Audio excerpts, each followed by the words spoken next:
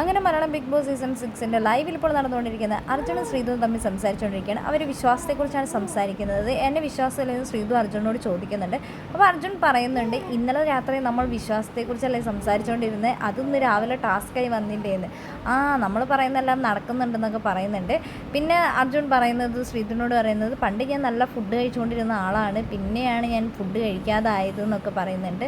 പിന്നെ അവർ സംസാരിക്കുന്ന ഋഷിനെ കുറിച്ചാണ്. അപ്പോൾ ശ്രീധു പറയുന്നുണ്ട്, ഋഷി രാവിലെ പറയുന്നുണ്ടായിരുന്നല്ലോ, ഇനി അവരവരുടെ കാര്യം നോക്കി സ്വന്തം ഗെയിം കളിച്ചാൽ മതി, മറ്റുള്ളവരുടെ ഗെയിം കളിക്കാൻ വരണ്ടെന്നൊക്കെ. അവരങ്ങനെയൊക്കെ പറഞ്ഞു, ഞാനത് കേട്ടില്ല എന്ന് നമ്മുടെ അർജുൻ പറയുന്നുണ്ട്. അപ്പോൾ ശ്രീധു പറയുന്നുണ്ട്, ഞാനും കേട്ടൊന്നുമില്ല, ഇത് അവരവിടെ സംസാരിച്ചതാണെന്നൊക്കെ പറയുന്നുണ്ട്. നമ്മുടെ ശരണ്യയും അപ്സരയൊക്കെ സംസാരിച്ചതാണ്.